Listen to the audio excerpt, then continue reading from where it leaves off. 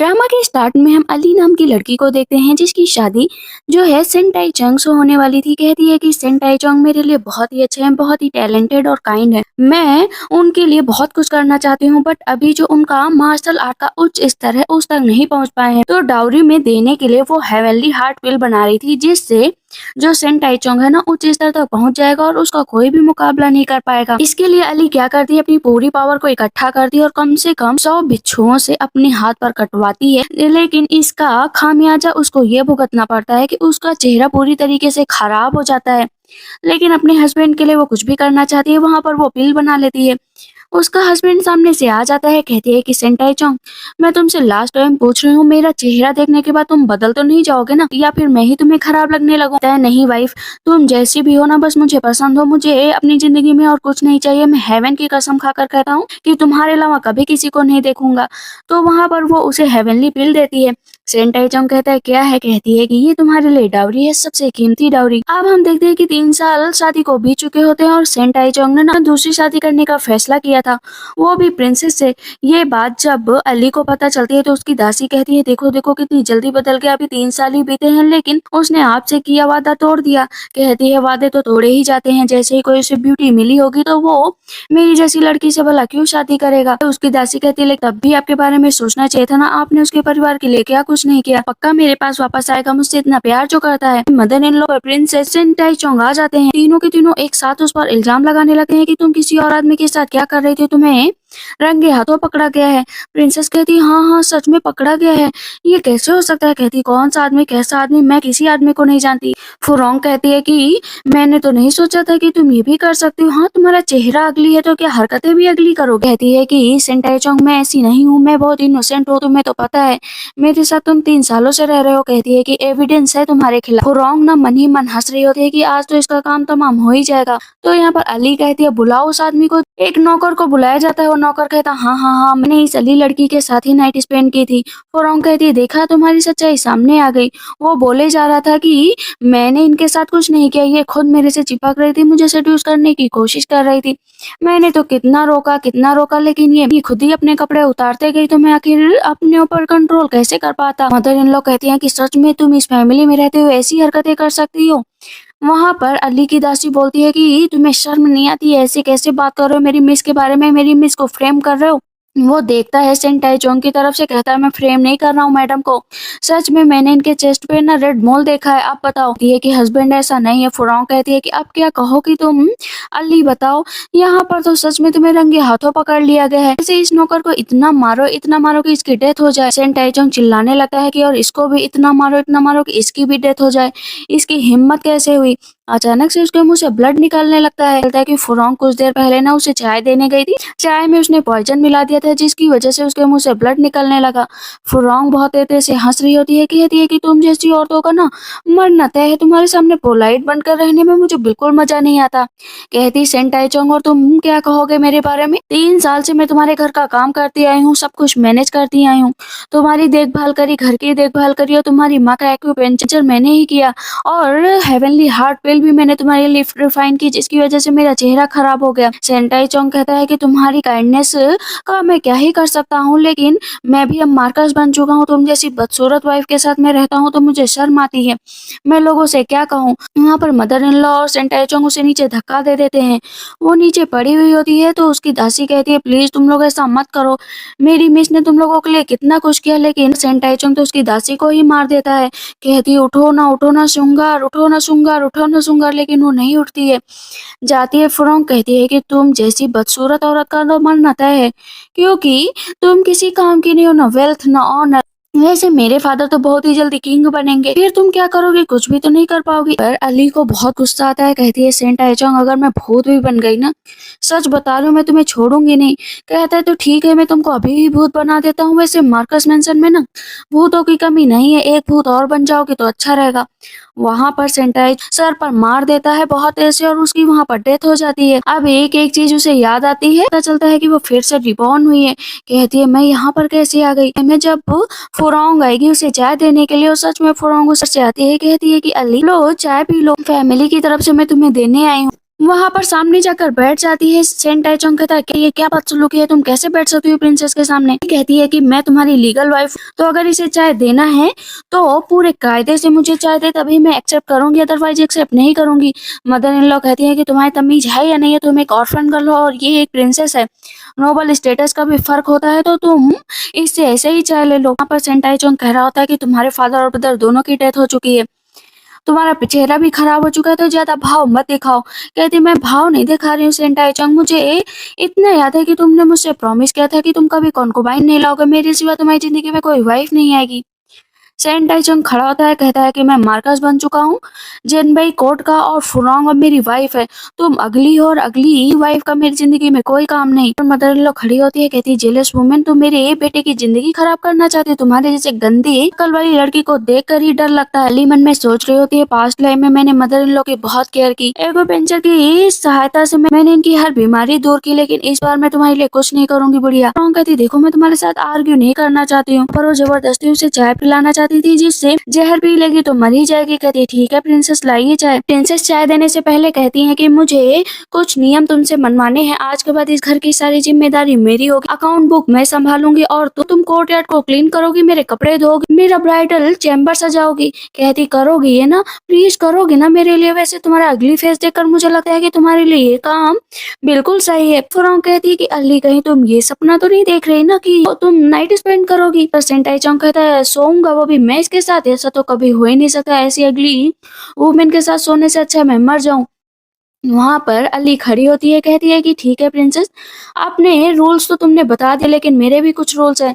Princess मुझसे जरा दूर रहना। कहती क्या मतलब, तुम क्या कहना चाहती हो। कहती यही। वहां जाकर उसका हाथ पकड़ लेती है और अपनी तरफ घसीट लेती है, उसे नीचे उठाकर गिरा देती है। कहती मैं यहाँ की मालकिन हूँ और पहली वाइफ हूँ, तो इतना याद रखो मेरे साथ तमीज से बिहेव करना, नील डाउन हो जाओ तब मैं तुम्हारी शादी को एक्सेप्ट करूंगी, वरना एक्सेप्ट भी नहीं करूंगी। रोंग खड़ी होती, कहती प्रिंसेस से तुम्हारी ऐसे बात करने की हिम्मत कैसे हुई। कहती और लीगल वाइफ से तुम्हारी बात करने की ऐसी हिम्मत क्यों हुई, तुम कॉन्कुबाइन हो तो कॉन्कुबाइन की तरह रहो। फिर यहाँ पर सेंटाई चोंग उसको समझाता है कि चुप रहो, बस इसे चाय पिलाओ, चाय पिला दोगी तो सब सही हो जाएगा। पर फुरोंग तो नील डाउन भी हो जाती है और उसे चाय पीने के लिए कहती है। चाय अपने मुंह तक लेकर जाती है ना, तो दोनों खुश हो जाते हैं कि वाह मर गई मर गई। लेकिन वो उठाकर चाय जो है प्रिंसेस के ऊपर डाल देती है और वहां से चली जाती है। कहती है कि सेंटाई चोंग मैं तुम्हें डाइवोर्स देने का फैसला लेती हूँ, और इतना याद रखो कि जिस दिन मुझे मौका मिला मैं तुम्हें जान से मार डालूंगी और अपना सारा डाउरी यहाँ से लेकर जाऊंगी। फुरोंग खूब तेज से चिल्ला रही होती है कि डायन कहीं की, डायन कहीं की। यहाँ पर हमें पता चलता है कि सेंटाई चोंग को और अभी एक और पिल चाहिए, क्योंकि इसके कोई बीमारी है, अगर वो पिल नहीं मिली तो वो उच्च स्तर तक नहीं पहुंच पाएगा मार्शल आर्ट के। उसकी दासी कहती है कि 3 ईयर वेट करने का क्या मतलब हुआ, वो तो किसी और वाइफ को ले आया है। कहती कोई बात नहीं ये सब छोड़ दो। हम देखते हैं कि वही ट्रिक खेलने का टाइम आ जाता है जहाँ पर उसे फंसाया जाएगा। आती है मदर इन लॉ चिल्लाने लगती है कि तुम किसी और आदमी के साथ नाइट कैसे स्पेंड कर सकती हो। वहां पर सेंटाई चोंग कहता है कि ये कपड़ा है तुम्हारा और इस कपड़े को उस आदमी के रूम में देखा गया। कहती है ये कैसे साबित हो सकता है, ये कपड़ा वहां मिला तो मैं वहां पर थी।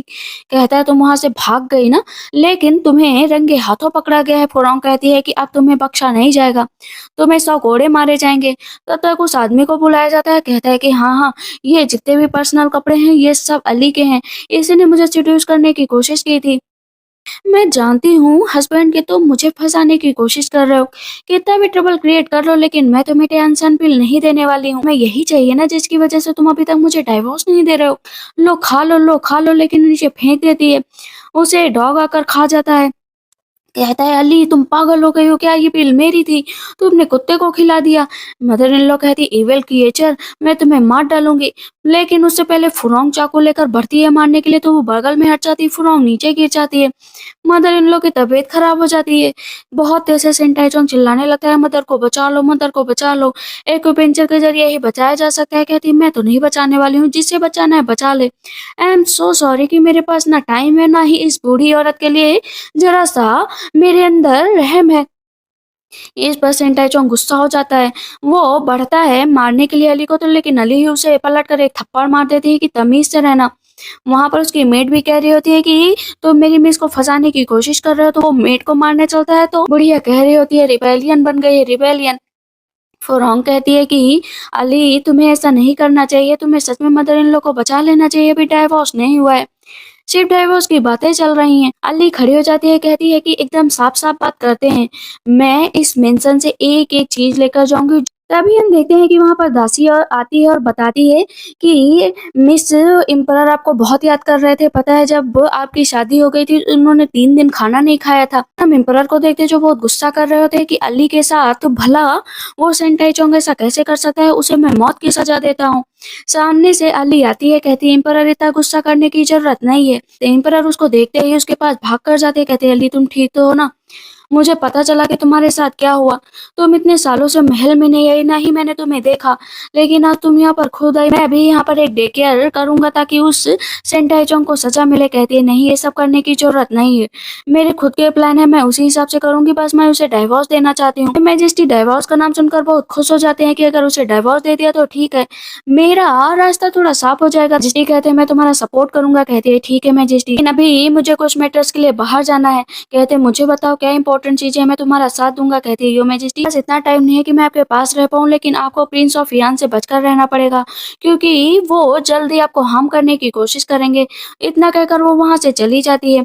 अब पता चलता है कि मैजेस्टी ना अली को बचपन से ही प्यार करते थे। उन्होंने उससे प्रॉमिस भी किया था कि जब वो मैजेस्टी बन जाएंगे तो उससे शादी करेंगे। लेकिन जब उसने सेन टाइचोंग से शादी करने का फैसला लिया तो अभी वो खुश थे कि ठीक है जहाँ भी रहे बस वो खुश रहे। और वो अपने इनौज को बुलाते हैं, कहते हैं तैयारी करो, बहुत ही जल्दी क्राउन प्रिंसेस आने वाली हैं। सेन टाइचोंग को देखते हैं जो फ्रोंग के साथ इंटीमेट हो रहा होता है। कहती है लेमन हम लोगों की शादी का महीना हो जाएगा शादी का, लेकिन तुम्हें जल्द से जल्द उस अली से आइसियन पिल लेनी ही पड़ेगी। कहता है हाँ, बिना टाइसन पिल के मैं कुछ भी नहीं। मैं अपना टाइम वेस्ट नहीं कर सकता हूँ। जितनी जल्दी मुझे वो प्रीशियस टाइसन पिल मिल जाए उतनी जल्दी ही मैं पावरफुल बन जाऊँगा और उसे इस घर से भगा दूँगा। कहती है ठीक है, लेकिन उसे वो अपना चेहरा ढक कर रखा करे, मुझे वो बिल्कुल पसंद नहीं। कहता है ठीक है, जैसा तुम कहोगी वैसा ही होगा।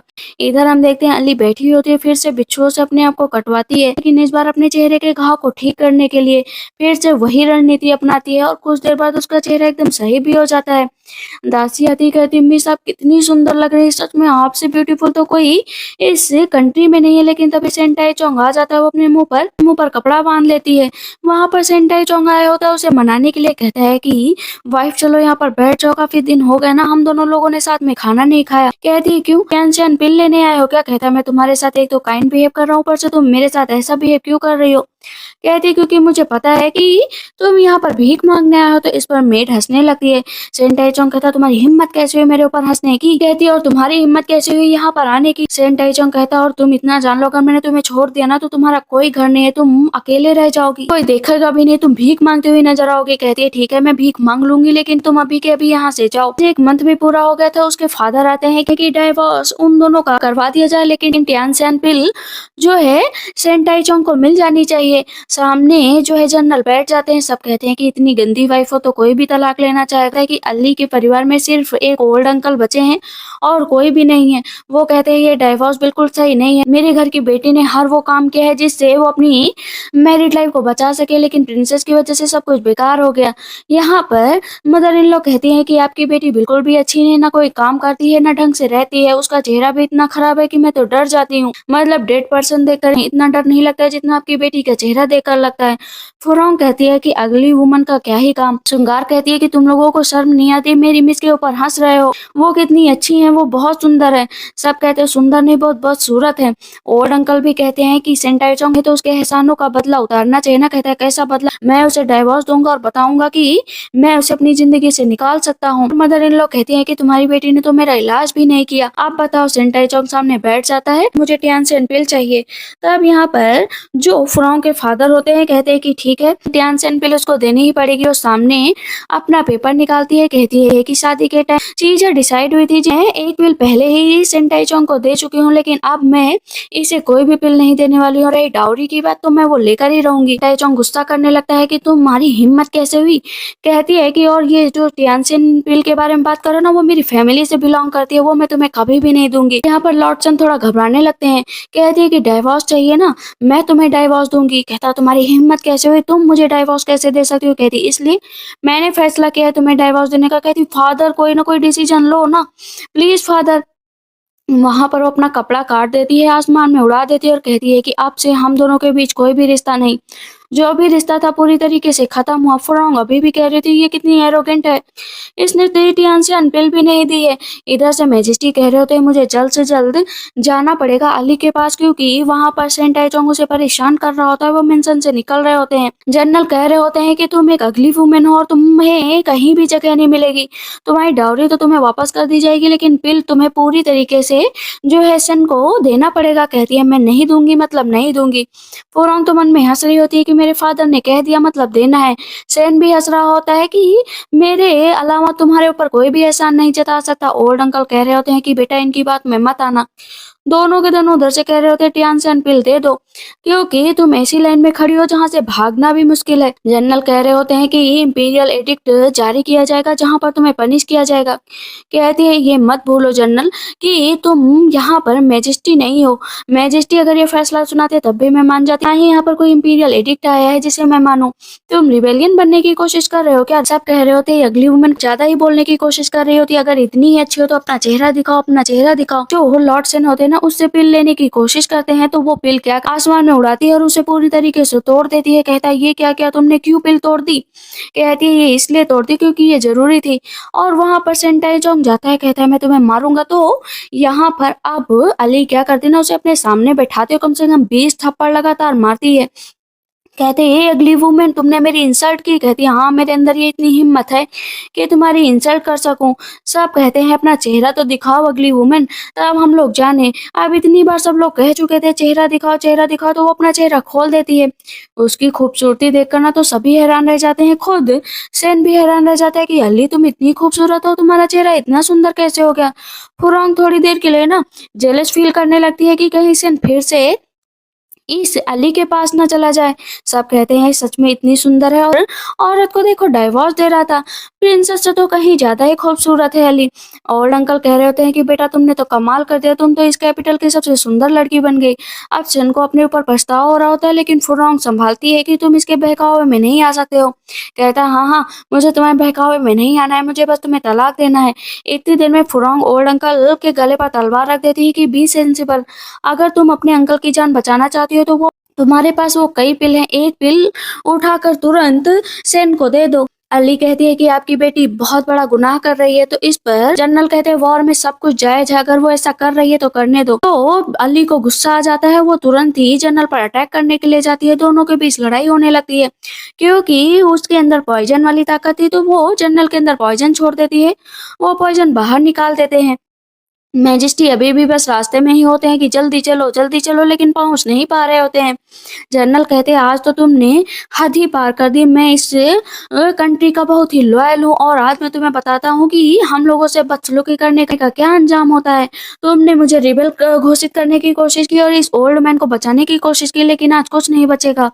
मैं तुम्हें यहाँ पर मार डालूंगा। रॉन्ग कहती हाँ फादर इसे मार डालो। सेन भी कहता हाँ फादर मार डालो, इसका कंसीडर करने की कोई जरूरत नहीं। लेकिन फुरोंग का प्लान होता है कि अंकल को मारने की कोशिश करेंगे तो जरूर अली जो है वो कैंसन पिल दे देगी। ऐसे ही फुरोंग मारने चलती है अंकल को तो कहती 1 मिनट में वो पिल देने के लिए तैयार हूँ। पिल बाहर निकलती है और तुरंत ही सेन को दे देती है। सेन वापस जाता है, बहुत देर से थप्पड़ मार देता है अली को कि तुम्हारी यही जगह है, तुम्हें तो पहले ही थप्पड़ मार देना चाहिए, लेकिन उसका चेहरा फटने लगता है। यहाँ पर अब अली ने ना सेन को पॉइजन दे दिया था क्योंकि उसकी पावर कमजोर हो गई होती। फुरोंग बहुत खुश होती है और साथ में सेन भी बहुत खुश होता है। वो उसे दोनों उसको मारने लगते हैं, लेकिन अभी तक उसने पिल नहीं दी थी, उसने तो नकली पिल दी थी सेन को। कहती पिल दे दो वरना इस ओल्ड अंकल को मार डालूंगी। तो ओल्ड अंकल कहते हैं बेटा मत देना, मेरे पास तो वैसे भी बहुत कम दिन है, मर जाऊंगा तो मर जाऊंगा। शुंगार को भी मारने की कोशिश करते, कहते हैं कि मिस चिंता मत करो, मैं मर गई तो मर गई, प्लीज इन लोगों को जीतने मत देना। पर सेन फिर से जाता है अली के पास उसका चेहरा काटने के लिए कि जैसा था वैसा ही कर देता हूँ। लेकिन तभी मैजेस्टी आ जाते हैं। मैजेस्टी कहते हैं ये क्या हो रहा है यहाँ पर। सबके सब सर झुका लेते हैं। मैजेस्टी जाते हैं अली को उठाते हैं, कहते हैं कि किसकी इतनी हिम्मत की अली को चोट पहुंचाई। मैजेस्टी सामने बैठ जाते हैं और कहते हैं जनरल तुम्हें यहाँ पर न्याय देने के लिए भेजा गया था, लेकिन तुम तो अपनी बेटी के पक्ष में ही फैसले लेते जा रहे हो। कहते हैं कि कुछ ऐसी सिचुएशन ही बन गई है, अली बिल्कुल भी अच्छी नहीं है। यहाँ पर सेन लगातार इल्जाम लगाता रहता है अली पर और फुरोंग भी लगाती रहती है। ओल्ड अंकल कहते हैं कि मेरी बेटी बहुत अच्छी है, इसने इसके घर का हर काम किया, हस्बैंड को हस्बैंड की तरह माना, कभी भी धोखा नहीं दिया। सेन टाइचोंग कह रहा होता है कि नहीं नहीं मैजेस्टी, अली बहुत ही बड़ी धोखेबाज है, एक आदमी के साथ पकड़ी गई। मैजेस्टी को गुस्सा आ जाता है, कहता है मैं जानता हूँ कि वो कितनी काइंड हार्टेड है, तुमने पहले उसे धोखा दिया क्योंकि तुमने कहा था कि तुम कभी भी दूसरी लड़की से शादी नहीं करोगे, तो आज तुमने ये शादी कैसे कर ली। अब दोनों नीचे बैठ जाते हैं, माफी मांग रहे थे कि मैजेस्टी माफ कर दो, मैजेस्टी माफ कर दो। जनरल कहते हैं कि मैजेस्टी आप मेरी बेटी के खिलाफ फैसला नहीं ले सकते। कहते मैं मैजेस्टी हूँ कि तुम मैजेस्टी हो, नहीं चाहता हूँ कि कोई भी अली की इंसल्ट करे, यहाँ पर मैं फैसला लेता हूँ, डाइवोर्स को मैं हामी भरता हूँ, जितनी भी डाउरी है वो एक एक करके अली वापस ले लेगी। वो अली की तरफ देखकर कहता है मैंने अच्छा काम किया ना। अब फिर से अपना सख्त होकर सामने बैठ जाता है, कहता है सेन टाइचोंग लिu फिरोंग, तुम दोनों को माफ नहीं किया जाएगा, इसी वजह से तुमसे सारी पावर छीनी जाती है। कहता है तुम सेटिस्फाइड हो ना। अब सेन टाइचोंग नीचे बैठ जाता है, माफ कर दीजिए, लेकिन उन दोनों को माफ नहीं किया जाता है। अली कहती है एम्परर आपका बहुत बहुत शुक्रिया कि आप यहाँ पर आए और आपने ये फैसला लिया, वैसे ये दोनों कुछ ज्यादा ही उड़ने की कोशिश कर रहे थे। जनरल कहते हैं कि मैं माफ नहीं करूंगा, मैं इसका बदला लेकर ही रहूंगा। वो बाहर आकर अली खड़ी हुई होती है तो मैजेस्टी आकर कहते हैं कि तुम्हारा डाइवोर्स हो गया है, अब तुम पैलेस में चलकर रह सकती हो। कहती है नहीं मैजेस्टी, मैं पैलेस में नहीं रह सकती, मैं एक बार धोखा खा चुकी हूँ, दोबारा धोखा नहीं खाऊंगी। मुझे पता है कि आप इम्प्रेस मुझे बनाना चाहते हैं, शायद मेरे चेहरे की खूबसूरती देखकर। वो अपना चेहरा फिर से बिगाड़ लेती है, कहता है ये क्या हुआ तुम्हारे चेहरे को। कहती है मैं इतनी अगली वुमेन हूँ मैजेस्टी, आपका हर कोई मजाक उड़ाएगा कि आपने अगली औरत से शादी की है, आपकी रेपुटेशन डाउन हो जाएगी, तो आप प्लीज मुझसे शादी मत करिए, जाइए और अपनी राजगद्दी संभालिए वरना बाद में रिग्रेट होगा। कहता मुझे तुम्हारे चेहरे से कोई फर्क नहीं पड़ता, मैं तुमसे सच्चा वाला प्यार करता हूँ। अब हम नेक्स्ट डे देखते हैं सेन टाइचोंग का घर, जहाँ पर एक एक डावरी का सामान बाहर जा रहा था। मदर इन लो की जान अटक गई थी कि मेरा कीमती सामान सब कुछ घर से जा रहा है। कहती है कि तुम इस घर की डॉटर इन लो, तुम ऐसे कैसे कर सकती हो, तुम इस घर का सारा सामान कैसे ले जा सकती हो, ये बहुत कीमती है, तुम 3 साल इस घर में रहे हो, कम से कम कुछ तो एहसान जताओ। वहाँ पर एक हेयर पिन होती है, कहती है हेयर पिन दे दो, ये बहुत जरूरी है मेरे लिए। अच्छा आप तो मेरी मदर इन लो है ही नहीं मैडम, ये हेयर पिन मेरी और मुझे बिलोंग करती है, मैं आपको ये कैसे दे सकती हूँ, वैसे भी ये मैजेस्टी ने मुझे दिया था। पता चलता है जब उसकी शादी हुई थी तो मैजेस्टी ने उसे ये गिफ्ट के रूप में दिया था और कहा था कि जहाँ भी रहो हमेशा खुश रहो, इतना याद रखो कि बस मैं तुम्हारी खुशी चाहता हूँ। एक एक चीज वो सब उठा लेती है और लेकर चली जाती है। मदर इन लो चिल्लाया करती है कि देखो अब हम लोग कहीं के नहीं रहे, हम लोगों के पास तो कुछ भी नहीं बचा। तो जब फुरोंग को पता चलता है कि अली सारा सामान लेकर गई तो सेन टाइचोंग जाता है, कहता है कि तुम दहेज में बहुत सारा सामान लेकर आओ घर, क्योंकि मेरा घर तो खाली हो गया है। मदर इन लो कहती है तुम इतना ज्यादा सामान लेकर आओ ना कि उसकी आंखें खुली रह जाएं और बहुत ही ग्रैंड स्टाइल में तुम शादी करो। फुरोंग कहती है कि मैं तुम लोगों को साफ बता देना चाहती हूँ कि मेरे फादर मुझे कोई भी डावरी नहीं देंगे, बस मैं प्रिंसेस हूँ, यही रुतबा तुम लोगों के लिए काफी है। कहती है कि अच्छा लेकिन कुछ तो दहेज लेकर आओगी ना। कहती है कोई दहेज नहीं लेकर आऊंगी, और अपने बेटे की शक्ल देखिए कि मैं तो इससे कभी शादी ही नहीं करना चाहूंगी, इतनी गंदी शक्ल वाले लड़के से। अब मदर इन लो के होश उड़ जाते हैं कि ये कैसी लड़की है जो जरा से भी दहेज लेकर नहीं आना चाहती। कहती शादी की है इसका मतलब नहीं कुछ भी लेकर आऊं। मदर इन लो को थप्पड़ मार देती है कि अपने शब्दों पर जरा लगाम लगाओ। पर लॉर्ड सेन कहते हैं तुम हद से आगे बढ़ रही हो। कहती हद से आगे बढ़ रही हो, और एक सेन को भी थप्पड़ मार देती है कि मैं तो तुम्हारे पीछे पागल हो गई थी तुम्हारा चेहरा देखकर, लेकिन अब तुम्हारा चेहरा देखती हूँ ना तो मुझे वोमिटिंग आती है। जाओ यहाँ से, मैं तुम्हारे घर कभी भी नहीं आऊंगी, जाओ यहाँ से, दोबारा मेरा तुमसे शादी करने का कोई इरादा नहीं है। मदर इन लॉ कहती है कि ये कितनी गंदी है, ये कितनी गंदी है कि अली को जिसके फादर और ब्रदर की डेथ हो गई थी आर्मी में, तो वहाँ पर वो जाती है कि सेन टाइचोंग और फुरोंग की शादी ना दोबारा हो रही होती है उस आर्मी कैंप में, वहाँ पर अली को भी बुलाया गया होता है। कहती मैं जाऊंगी और अपने फादर और अपने ब्रदर के लिए ट्रिब्यूट भी करूंगी, मुझे वहां पर जाना ही पड़ेगा। इधर हम देते हैं सेन टाइचोंग खड़ा होता है, कहता है बहुत इंपॉर्टेंट दिन है मेरे और मेरी वाइफ के लिए, लेकिन वो कहती है मैं इससे शादी नहीं करना चाहती थी, ये कितना गंदा दिखता है वहां पर। लेकिन सामने जब देखती है कि अली आ रही है तो अच्छे से बिहेव करने लगती है कि मेरा हस्बैंड तो बहुत अच्छा है, मैं इससे बहुत ज्यादा प्यार करती हूँ, मेरे फादर ने तो इतना इतना दहेज दिया है। वो दहेज का सामान गिनवाने लगती है तो बहुत ही ज्यादा अली मन में हंस रही होती है कि ये बेवकूफ की बेवकूफी रहेगी। फुरोंग कहती है कि यहाँ पर आ गई, तुमने देखा ना कि हम दोनों कितने खुश हैं, तुम्हारी जगह मैंने ले ली है, अब तुम्हारी कोई भी औकात नहीं है। मदर इन लॉ कहती है हाँ हाँ सच में अली तुम एक नंबर के यूजलेस हो। अली कहती है हाँ हाँ ठीक है, तुम लोग अपनी हैप्पी मैरिज एंजॉय करो, मुझे वैसे भी तुमसे कोई लेना देना नहीं है, यहाँ पर मैं बस अपने ब्रदर और फादर के लिए आई थी। कहती कौन से ब्रदर फादर, पर एक्स हस्बैंड को देखने आई थी कि वो कितना खुश है या नहीं है। कहती है नहीं औकात तो मेरी इतनी है कि मैंने तुम्हारे घर से एक एक सामान उठवा लिया, तुम्हें डाइवोर्स दे दिया, और तुम्हें क्या चाहिए। कहता है मुझे ऐसा हस्बैंड तुम्हें कभी नहीं मिलेगा। मिलेगा। अभी भी तुम्हारे पास मौका है कि तुम मेरी कंकुबाइन बनकर रह सकती हो। फुरोंग अटैक करने चलती है ना अली पर, तो अली पलट कर उसी के ऊपर अटैक कर देती है और उसके चेहरे पर भी पॉइजन छोड़ देती है, जिसकी वजह से उसका भी चेहरा धीरे धीरे खराब होने लगता है। जनरल कहते तुम्हारी इतनी हिम्मत कि तुम यहाँ पर आ गई। कहती आई हूँ क्योंकि मैं यिन फैमिली से बिलोंग करती हूँ और मेरे ब्रदर और मेरे फादर ने इस कंट्री के लिए अपना बलिदान दिया है, तो आज तुम लोगों का फर्ज बनता है कि तुम लोग मेरे फादर के लिए एकजुट हो जाओ। लेकिन सारे के सारे सैनिक जनरल के अधीन होते हैं, तो कोई भी जो है अली की बात मानने को तैयार नहीं होता है। सब कहते हैं कि जनरल ने हमारी बहुत हेल्प की है, तो तुम्हारी हेल्प कैसे करें? तुम्हारे फादर और ब्रदर मर चुके हैं, तो तुम यिन फैमिली को एस्टेब्लिश नहीं कर सकती। ये फुरोंग हंस रही होती है, कहती तुम्हें क्या लगता है कोई तुम्हारी हेल्प करेगा? मरे हुए लोगों को तुम यहाँ पर जगाने की कोशिश कर रही हो क्या? सन टैचोंग कहता है जाओ यहाँ से, वरना शर्मिंदा होगी तो बहुत ही बुरी तरीके से होगी। वैसे मुझे पता है कि तुम मेरी वाइफ से जेलस हो रही हो, इसी वजह से यहाँ पर ट्रबल क्रिएट कर रही हो। प्रिंसेस कहती है कि इतनी प्यारी हूँ मैं, इतनी अच्छी हूँ, तो मेरे पैरों की धूल के बराबर भी नहीं हो। अली जाती है और फुरोंग का चेहरा सामने की तरफ कर देती है, कहती क्या हुआ, क्या हुआ मेरे चेहरे को? उसका चेहरा ना कट चुका होता है। कहती तुमने ये कैसे किया? कहती है कि ये एविडेंस है, मैं कुछ भी कर सकती हूँ, मैं तुम्हारा चेहरा बर्बाद भी कर सकती हूँ। जनरल कहते हैं कि इसी समय तुम्हें मार दिया जाए यहाँ पर। जैसे उसे लोग मारने चलते हैं तो अपनी पावर का यूज करती है, एक एक करके लोगों को नीचे गिरा देती है। फुरोंग ऊपर से चिल्ला रही होती है कि मारो मारो। जनरल कहते हैं इसे कोई नहीं मारे, मैं मारूंगा। वो जाते हैं अटैक करने के लिए, पीछे से एक सैनिक आ जाता है कि मैं इन फैमिली के संघर्ष के लिए खड़ा हूँ। के दोस्त होते वो सब भी एक एक करके सामने आने लगते हैं कि इन फैमिली का हम हमेशा कर्जदार रहेंगे। धीरे धीरे एक एक करके जनसंख्या बढ़ती जा रही थी। ये देखकर तो अली की आंखों में आंसू आ गए थे, लेकिन फुरोंग को बहुत गुस्सा आ रहा था और जनरल को भी। इस लड़की को यहीं पर मार दो। सैनिक कहते हैं अगर यंग लेडी को किसी ने टच करने की भी कोशिश की ना, तो आज यहाँ पर खून खराबा होगा। दोनों तरफ के सैनिक आपस में खड़े हो जाते हैं और अब एक सैनिक कहता है कि मैं युन चोंग, मैं 30,000 आर्मी के साथ यहाँ पर खड़ा हूँ, देखता हूँ कि कौन यंग लेडी के ऊपर हमला कर सकता है। 30,000 सैनिक का नाम सुनकर फुरोंग, सेन टैचोंग और यहाँ पर जनरल के भी होश उड़ जाते हैं कि अब हम लोग कुछ नहीं बोल सकते। अली वापस आ चुकी होती है, उसके पीछे किसी ने लेटर भेजा और बताया कि उसके फादर और ब्रदर मतलब उनकी हत्या की गई है। कहती है मैं अपने फादर और ब्रदर के कातिलों का पता लगा कर ही रहूंगा। मैजेस्टी के पास जाती है, मैजेस्टी उसके चेहरे से व्हील हटाने चलते तो कहती नहीं इसकी जरूरत नहीं है, मुझे फॉरेस्ट आर्मी के पास जाना है और खुद आर्मी में लड़ना है, क्योंकि मुझे कुछ कुछ चीजों का पता लगाना है। कहते हैं कि ठीक है मैं तुम्हें ये अनुमति देता हूँ, तुम वहां पर जा सकती हो। इधर अब प्रिंसेस का चेहरा भी कट चुका होता है ना, तो वो सेन टाइचोंग को मारने लगती है कि तुम्हारी गलती है, तुम्हारी गलती है, तुम्हारी वजह से मेरा चेहरा खराब हो गया है। सेन टाइचोंग को गुस्सा आ जाता है कि मैं तुम्हारा हस्बैंड हूँ, सर्वेंट नहीं हूँ जो तुम मेरे ऊपर हाथ उठाती रहती हो। चलो कोई प्लान बनाते हैं और उस अली को रास्ते से हटाते हैं। वो जाती है अपने फादर के पास, कहती है फादर मेरा चेहरा बर्बाद हो चुका है, प्लीज आप कोई फैसला लीजिए।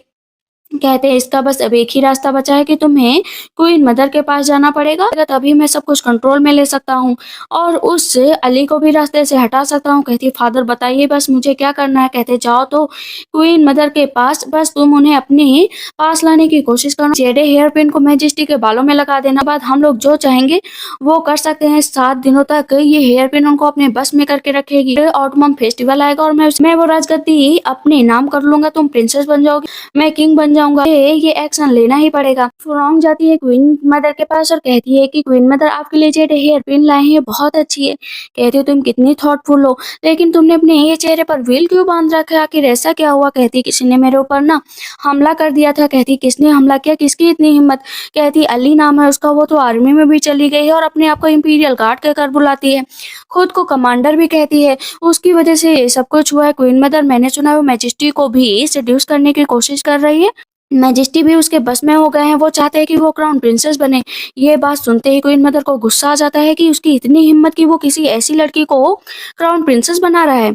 लेकिन इतनी देर में फुरोंग और आग लगा देती है कि पता है क्वीन मदर अली तो डाइवोर्स भी ले चुकी है मेरे हस्बैंड के साथ, और डाइवोर्सी लड़की जब क्राउन प्रिंसेस बनेगी तो पता है क्या होगा, सारे लोग हंसेंगे। कहती है मैं ऐसा कभी नहीं होने दूंगी, मैजेस्टी को अभी के अभी बुलाओ।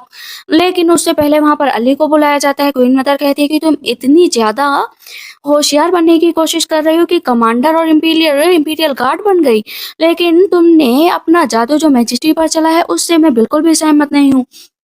अली कहती है मुझे समझ में नहीं आ रहा है क्वीन मदर आप क्या कहने की कोशिश कर रहे हैं। फुरोंग कहती है यही कहने की कोशिश कर रही है कि तुम मेजेस्टी को सेड्यूस करती हो। मेजेस्टी ने खुद मुझसे कई बार कहा है लेकिन मैंने उनकी बात नहीं मानी। क्वीन मदर कहती है तुम्हें लगता है कि मुझे तुम्हारी बातों पर यकीन होगा, कभी यकीन नहीं होगा। फुरोंग जाती है कहती है कि आज तो तुम्हारा बस नामुमकिन है क्योंकि मैंने क्वीन मदर से कह दिया है। कहती है क्वीन मदर सैनिकों इसे लेकर जाओ और बाहर इतना मारो कि ये मर जाए। यहाँ पर अली कहती है कि क्वीन मदर आप एक साइड की स्टोरी सुनकर कैसे फैसला ले सकती हैं, आपको दोनों साइड की स्टोरी सुननी चाहिए। क्वीन मदर कहती है तुम्हारी इतनी हिम्मत कि तुम ये बोलोगी। कहती है कि हाँ मेरा बोलना जरूरी है। अली कहती है कि क्वीन मदर हस्बैंड से मैंने खुद डिवोर्स लिया था। तब यहाँ पर फुरोंग कहती है कि ये ऐसी बिल्कुल भी लड़की नहीं है, ये सच बता रही हूँ कि पहले से टाइचोंग को परेशान किया उसके बाद यहाँ पर आ गई है, ये बस लोगों को बेवकूफ बनाती है। क्वीन मदर कहती है कि तुम्हें मैं कभी भी क्राउन प्रिंसेस नहीं बनने दूंगी, जब भी कि अभी तुम्हें यहाँ पर मार गिराया जाएगा। वो बुलाती है कहती है इसे मारो यहाँ पर। उसे मार पड़ने लगती है तो कहती है कि फुरोंग तुम कितना भी कोशिश कर लो लेकिन जीत नहीं पाओगे। फुरोंग कहती है जीतना तो है ही। क्वीन मदर कहती है और मारो इसे और मारो, इसकी मेरे सामने ही मौत होनी चाहिए। तब तक वहां पर मैजेस्टी आ जाते हैं। कहते किसकी इतनी हिम्मत कि मेरी अली को हाथ लगाए। मैजेस्टी को ऐसे देखकर क्वीन मदर कहती है कि तुम पागल हो गए हो, तुम किसके प्यार के चक्कर में पड़ रहे हो। और मैजेस्टी कहते हो लुफ्रोंग तुम यहाँ पर मेरी मदर को ऑफेंड करने आई थी ना, उन्हें भड़काया है। कहती है नहीं नहीं।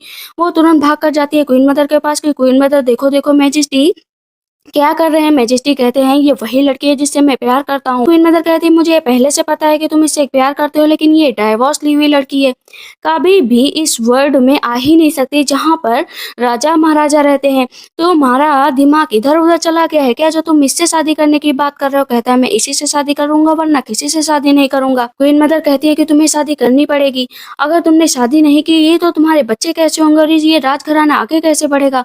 कहता है ये रिस्पॉन्सिबिलिटी मेरी है कि मैं इस कंट्री को आगे कैसे बढ़ाऊंगा लेकिन मैं इससे शादी जरूर करूंगा। अब यहाँ पर फुरोंग आइडिया देती है कि क्यों ना मैजेस्टी इसे लो रैंकिंग कॉन्कुबाइन बना ले जिससे ये साथ में भी रहेगी और कॉन्कुबाइन भी बनकर रहेगी।